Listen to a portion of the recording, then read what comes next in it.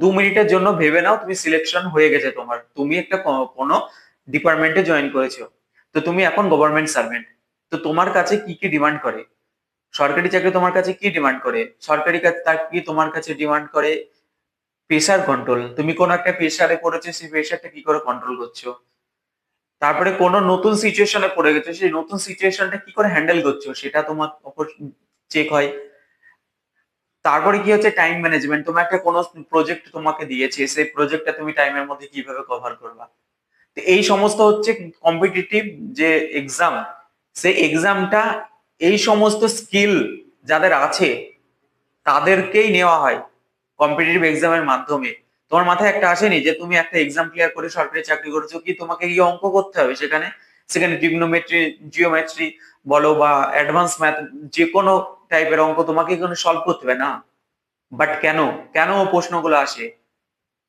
আবার তুমি যে একাডেমিক সময়ে যখন এক্সাম ছিল 3 থেকে 4 ঘন্টা সময় দিত পরীক্ষার সময়, কিন্তু কম্পিটিটিভ এক্সামে 1 থেকে 1.5 ঘন্টা টাইম দেয়। কেন দেয়? অল্প টাইমের মধ্যে অনেক কোশ্চেন কেন করতে হয়? Time management. এবং এক্সাম প্রেসার সময় তুমি কিভাবে কন্ট্রোল করছো এবং তুমি তোমার 100% তোমার ম্যাক্সিমাম আউটপুট দিতে পারছো সেইটাই চেক হয়। তো সেক্ষেত্রে তোমার যে এক্সাম, সে সিজিএল বলো, সিএসএসএল বলো, এমটিএস বলো, আরআরবি এক্সাম বলো, এনটিপিসি বলো বা পুলিশ এক্সাম বলো, সমস্ত কিছুতে এক্সামিনারদের মেন মন্ত্র থাকে যে আমি তাকেই নেব যার কাছে 3খানা গুণ আছে: একটা প্রেসার কন্ট্রোল করা, টাইম ম্যানেজমেন্ট করা, নতুন সিচুয়েশনে পড়লে সে কিভাবে সেটা কন্ট্রোল করে, আর 4 নাম্বার যেটা মোস্ট ইম্পর্টেন্ট, রিলেভেন্ট কিনা, মানে তুমি যেটা করছো তুমি জানো কিনা এটাই যে আমি করছি। হ্যাঁ, তুমি আশা করি তুমি কোনো না কোনো স্ট্র্যাটেজি ভিডিও দেখেছো বা তোমরা ফলো করছো অলরেডি, কোনো একটা কোর্স নিয়ে নিয়েছো ম্যাথের, যেটা 400-500 ঘন্টার কোর্স। ইংলিশেরও প্রচুর বড় কোর্স নিয়েছো এবং সিলেবাস করতে যাচ্ছো। তোমাকে যদি টু লেখনে প্রশ্ন করা হয়, তোর কোশ্চেন কোথা থেকে কেমন আসে উত্তর দিতে পারবে না। এই চ্যাপ্টার থেকে কি লেভেলের কোশ্চেন আসে উত্তর দিতে পারবে না। মানে তুমি যে এক্সামের যে ডিমান্ড, সেই ডিমান্ডটাই জানো না। তো এই যে প্রবলেম, তোমরা কি জিরো থেকে উপরের দিকে যাওয়ার চেষ্টা করছো, অবশ্যই সেটা ঠিক আছে, কিন্তু যে একটা যে লং প্রসেসে প্রচুর মিস্টেক হয়, প্রচুর কনফিউশন, প্রচুর মিস্টেক ইনফরমেশনের জন্য। কিন্তু আমি যে আজকে যে সিক্রেট জিনিসটা বলবো, সেই যে সিক্রেট জিনিসটা তুমি যদি ফলো করো, তাহলে 2026-এর মধ্যে তোমার 100% সিলেকশন হবে। তো এই স্ট্র্যাটেজিটার নাম হচ্ছে রিভার্স লার্নিং। হ্যাঁ, ঠিক শুনেছো, রিভার্স লার্নিং। রিভার্স মানে কি? অপোজিট থেকে আসা। অর্থাৎ তুমি কি প্রথমে কোনো একটা চ্যাপ্টার, সেই চ্যাপ্টার আগেই তোমাকে কোশ্চেন যেতে হবে ডাইরেক্ট। মানে তুমি রেশিও, আমি ম্যাথমেটিক্স দিয়ে বোঝাচ্ছি আর জিকে দিয়ে বুঝিয়ে দিচ্ছি। তো রিভার্স লার্নিং এ প্রথমে ডাইরেক্ট কোশ্চেন করবে, রেশিও বলে দিচ্ছি, রেশিও তুমি ডাইরেক্ট কোশ্চেন করছো, ধরো দুটো কোশ্চেন করলে, দুটো কোশ্চেন তুমি জানোই না কিছু, স্বাভাবিক বিগিনার হলে তুমি কিছু পারবেই না, আর রিপিটার হলেও কিছু হালকা বুঝতে পারো। তো যখনই ওই প্রথম কোশ্চেনটা করলে, আমি বিগিনার হিসেবে বলছি, তখন সেই প্রশ্নটা তোমাকে অবশ্যই কোথা থেকে চুজ করতে হবে? প্রিভিয়াস ইয়ার, অবশ্যই মাস্ট। তো প্রিভিয়াস ইয়ার থেকে সেই কোশ্চেনটা সলভ করতে গেলে তুমি বুঝতে পারছো না ঠিকই, কিন্তু তুমি জেনে গেলে এই রকম জিনিস পরীক্ষায় আসে। এবার তোমাকে চলে যেতে হবে সেটার কনসেপ্ট জানতে, সেই টাইপের কোশ্চেন গুলো। এবার যখনই তুমি কনসেপ্ট জানতে যাবে না, তোমার মাইন্ড বেশি অ্যাক্টিভ থাকবে, কারণ তোমার মাইন্ডে একটা খেল করবে যে এরকম কোশ্চেন আমার পরীক্ষায় আসবে, আমাকে এটা পারতে হবে। তো তুমি তখন লার্নিং করবে সেই কনসেপ্টের ওপর। ওকে, তো সেই কোশ্চেন, অর্থাৎ প্রথমে কোশ্চেন করবে, সেই কোশ্চেনের কনসেপ্ট শিখবে, কনসেপ্ট শেখার পরে ঘুরে আবার প্রশ্ন করবে। ওকে, এইরকম ভাবে রিভার্স লার্নিং এ চলবে। আর আমি যদি মক টেস্টের বলি, মক টেস্টের জন্য অনেকজন বলে যে আমার সিলেবাস কভার হবে, তারপরে মক টেস্ট গুলো শুরু করব। বাট মক টেস্টটাও তো সেই, মক টেস্টটাও তো তোমাকে যেটা মেন ডিমান্ড সেটাই তো ফুলফিল করায়। তোমাকে কি, তুমি যখন কম্পিটিটিভ এক্সামে বসবে, তখন তোমাকে চাই না তুমি মাস্টারি, তোমাকে চাই যে তুমি কিভাবে প্রেসার কন্ট্রোল করতে পারো, টাইম ম্যানেজমেন্ট করতে পারো। শুধুমাত্র তোমার জ্ঞান চেক হয় না ওখানে। তো মক টেস্টে যখন তুমি বিগিনার, কিচ্ছু জানো না, তাও মক টেস্ট দিতে হবে কেন? সেই মক টেস্ট দিলে তুমি কোশ্চেন গুলো তুমি জানতে পারবে যে কোশ্চেন গুলো কেমন আসে, কি হয় না হয়। তুমি কিছু জানো না, তাও তুমি কোশ্চেন গুলো তো পড়তে তো পারবা। তো সেক্ষেত্রে তোমাকে ইউজ টু হওয়ার জন্য, আর এক্সাম প্যাটার্ন এক্সাম প্যাটার্নটা তোমাকে অ্যাকচুয়ালি জানার জন্য তো মক টেস্টের দিকে তোমাকে যেতে হবে প্রথম থেকেই। আর যখন তোমার সিলেবাস একটু একটু একটু করে শেষ হতে থাকবে, যেভাবে বলেছি রিভার্স লার্নিং এ, তখন দেখবে মক টেস্টে অটোমেটিক্যালি নাম্বার বাড়তে লাগবে। আর মক টেস্ট নিয়ে বেশি চিন্তাও করতে হবে না তখন, স্বাভাবিক ব্যাপার, অটোমেটিক্যালি হবে। আর তুমি যদি আগেকার যেটা গতানুগতিক সবাই করছে, সিলেবাস কভার করো তারপরে মক টেস্ট দাও তারপরে এক্সাম দাও, এরকম করলে তুমি যে একটা একটা টাইম টেবিল, একটা টাইম থাকে না, 1-1.5 বছর তুমি সিলেবাস কভার করতে করতে থাকো, সিলেবাস যখন শেষে ভাবো যে আমার শেষ হয়ে গেছে, কিন্তু এক্সাম দিতে যাও বা মক টেস্ট দিতে যাও কিছু নাম্বারই আসে না, তখন ডিমোটিভেট হয়ে পড়ো। কারণটা কি?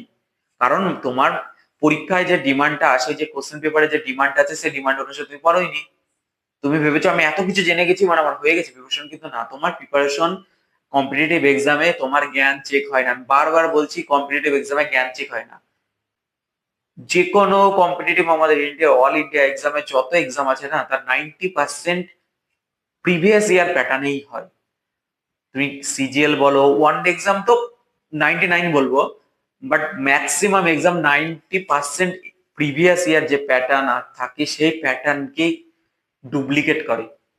ওকে, 10% জাস্ট হেরফের করে, নিউ কোশ্চেন আনে। আমি বলেছি না কি ডিমান্ড আছে, নতুন সিচুয়েশনে তুমি কিভাবে রিয়াক্ট করবে, তো ওই রিয়াকশনটা দেখার জন্য 10% থাকে কোশ্চেন। বাট 90%টা কেন দেয়? 90% হচ্ছে রিলেভেন্ট। তুমি ওয়ার্ক জানো, তুমি ধরো জব পেয়ে গেছো, তুমি কি কাজ করতে হবে জানো, কিন্তু সেই কাজটা তুমি টাইমের মধ্যে করতে পারছো কিনা, ঠিক মতো টাইম ম্যানেজমেন্ট করতে পারছো কিনা, প্রেসার কন্ট্রোল করতে পারছো কিনা, সেই সমস্ত গুলোই তো চেক হবে না। তার জন্য তোমার কম্পিটিটিভ এক্সামে এমন দেখবে না যে 100% মধ্যে 100% কোশ্চেন একদম মানে ইররিলেভেন্ট কোশ্চেন চলে এসেছে, এরকম হয়ই না, কারণ ওটা কোনো ডিমান্ডই না।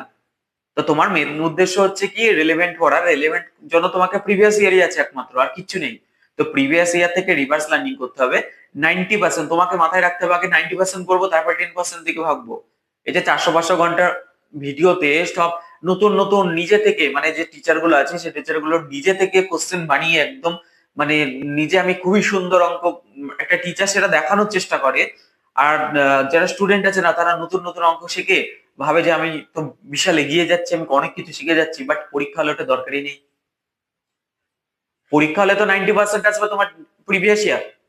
তো প্রিভিয়াস ইয়ারে তোমার আগে তোমাকে মাথায় রাখতে হবে, টিআর 1-এ 50 নাম্বারের যদি প্রশ্ন আসে 35 পাচ্ছি কিনা 90%-এ, তারপরে তুমি লাস্টে 5 নাম্বার নিয়ে ভাববা। আগে তুমি 5 নাম্বার নিয়ে যে এত টাইম নষ্ট করছো, যে যার জন্য তুমি ইংলিশ স্কিপ করছো, রিজনিং স্কিপ করছো, জিকে স্কিপ করছো, এটা আমি ম্যাথের জন্য বলছি, ঠিক তেমনি এটা এটা তুমি রিজনিং এর সঙ্গেও দেখতে পারো। রিজনিং এর জন্য কি হয়, বহু স্টুডেন্ট রিজনিং এর জন্য কোর্স নাই। রিজনিং এর জন্য কোর্স অ্যাকচুয়ালি দরকার। এসএসসি বলো, ব্যাংকিং এর জন্য হালকা হলেও লাগবে, কিন্তু এসএসসির কোনো এক্সামেই রিজনিং এর কোনো কোর্স দরকারই নেই। কিছু কিছু চ্যাপ্টার আছে, ইউটিউবে ফ্রি ভিডিও আছে, তুমি সেই ভিডিওটা তো তুমি 1-2 দিন দেখলেই না। রিজনিং মানেই তার, রিজনিং এর মানে কি, রিজনিং মানেই তো ব্রেন থেকে না। তোমার মাথায় সেই রিজনিংটা কাজ কখন হবে, যখন তুমি নিজে থেকে বারবার বারবার চেষ্টা করবা, লজিক বের করবা। তুমি যখন লজিক খুঁজবে, কোনো প্র্যাকটিস করবে, লজিক খুঁজবে, তখনই তোমার ওই মাথায় রিজনিংটা কাজ করবে। অর্থাৎ নিউরো সায়েন্সের কাজ, অর্থাৎ তোমরা নিউরো সায়েন্স মানে জানোই, মাইন্ডের অর্থাৎ ব্রেনের যে নিউরোপ্লাস্টিসিটি হয়, তো নিউরোপ্লাস্টিসিটি তৈরি কি করে হয়, নতুন একটা চ্যালেঞ্জকে ফেস করেই তো হয় না। তো রিজনিং বলো, ম্যাথস বলো, সব এগুলো নিউরোপ্লাস্টিসিটির কাজ। তুমি যদি ভাবো যে আমি বেস্ট টিচারের কাছে পড়ছি, সবকিছু করছি, হবে না, তোমাকে নিজে বেশি খাটতে হবে। আর কিভাবে খাটতে হবে, রিভার্স লার্নিং করে। রিভার্স লার্নিং করলেই তোমার কনসেপ্ট বেশি দিন মাথায় থাকে, রিকল বেশি করতে পারো, সমস্ত কিছু। তো এই 100 ডেজ হার্ড চ্যালেঞ্জ আমি বারবার বলছি রিভার্স লার্নিং এ দেওয়া হবে। ম্যাথের জন্য আমি বলে দিচ্ছি, ম্যাথে এই চ্যানেলেই ভিডিও আসবে। রিভার্স লার্নিং এর জন্য আমি বলছি প্রত্যেক চ্যাপ্টারে অনেক প্রশ্ন থাকবে না, মেন মেন যেগুলো পরীক্ষায় প্রিভিয়াস ইয়ারে এসেছে সেখান থেকে থাকবে, তোমাকে সেগুলো কভার করতে হবে, ডাইরেক্ট তোমাকে চলে যেতে হবে প্রিভিয়াস ইয়ারের বুক। আর শিফট ওয়াইজ প্র্যাকটিস, অর্থাৎ প্রিভিয়াস ইয়ারে যত শিফটের কোশ্চেন এসেছে না, সেই শিফট ওয়াইজ প্র্যাকটিস করতে হবে।